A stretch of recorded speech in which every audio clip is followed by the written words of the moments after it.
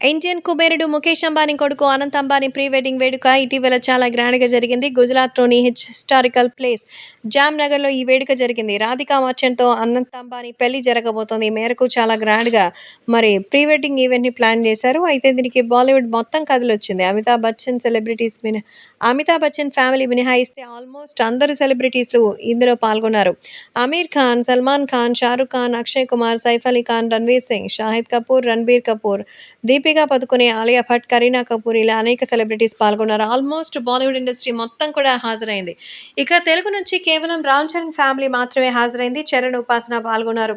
ధోని లాంటి క్రికెటర్స్ కూడా ఇందులో పాల్గొని సందడి చేయడం విశేషం. దాదాపు 3 రోజుల పాటు వీళ్ళ సందడి జరిగింది. బాలీవుడ్ మొత్తం ఒక వ్యాపారవేత్త కుమారుడి ప్రీ వెడ్డింగ్ ఈవెంట్‌కి హాజరు కావడంతో అంతర్జాతీయ మీడియా అటెన్షన్ మొత్తం దీనిపైనే ఉంది.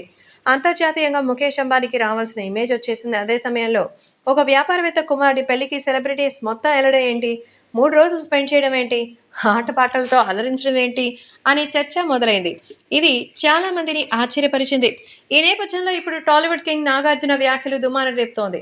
కొందరు వ్యాపారవేత్తలు కోట్లిచ్చి సెలబ్రిటీస్ తమ పెళ్లికి ఆహ్వానిస్తుంటారు. ఇది విచిత్రంగా ఉంటుందని నాగ్ చెప్పారు. అయితే నాగార్జున ఈ కామెంట్స్ చాలా ఏళ్ల క్రితం చేశారు. ముఖేష్ అంబానీ కొడుకు ప్రీ వెడ్డింగ్‌కి ఇంతమంది ఫ్యాన్స్ పాల్గొన్న నేపథ్యంలో నాగ్ వ్యాఖ్యలు వైరల్ అవుతోంది. ఓపెన్ హార్ట్ విత్ ఆర్కేలో నాగార్జున మాట్లాడుతూ, పెళ్లికి డబ్బులిచ్చి తీసుకొస్తుంటే ఇంకేం చెప్తాం? మా పెళ్లికి రండి, మేము డబ్బులిస్తాం. తనకు కూడా ఇలాంటి ఆఫర్స్ వచ్చాయని, కానీ నేను ఎళ్ళడానికి నాకేమన్నా పిచ్చా అంటూ చెప్తున్నారు నాగార్జున. గెస్ట్‌గా వచ్చి 20 నిమిషాలు టైం స్పెండ్ చేయాలట. కాసేపు ఎంటర్‌టైన్ చేయాలట. బాలీవుడ్‌కి వాళ్ళు వెళ్తుంటారని, వాళ్ళకి ₹1,00,00,000 దాకా ఇస్తారని చెప్పారు నాగార్జున. సుమారు 15 ఏళ్ల క్రితం ఆయన ఈ విషయాన్ని తెలిపారు. కానీ ఇప్పుడు అదే జరుగుతోందిగా. తాజాగా ముఖేష్ అంబానీ కొడుకు పెళ్లికి బాలీవుడ్ సెలబ్రిటీస్ అంతా ఎళ్లారు. వాళ్ళందరూ కూడా డబ్బులు తీసుకునే ఎళ్ళుంటారు. సోషల్ మీడియాలో పెద్ద రచ్చ చేస్తుంటారు. తెలుగు హీరో రామ్ చరణ్ కూడా వెళ్లడంతో ఇది మరింత చర్చ అవుతోంది. దీనిపై రకరకాల కామెంట్స్ వస్తోంది. వాళ్ళు పిలిచారు, వెళ్ళడం వెళ్ళకపోవడం వీళ్ళిష్టం.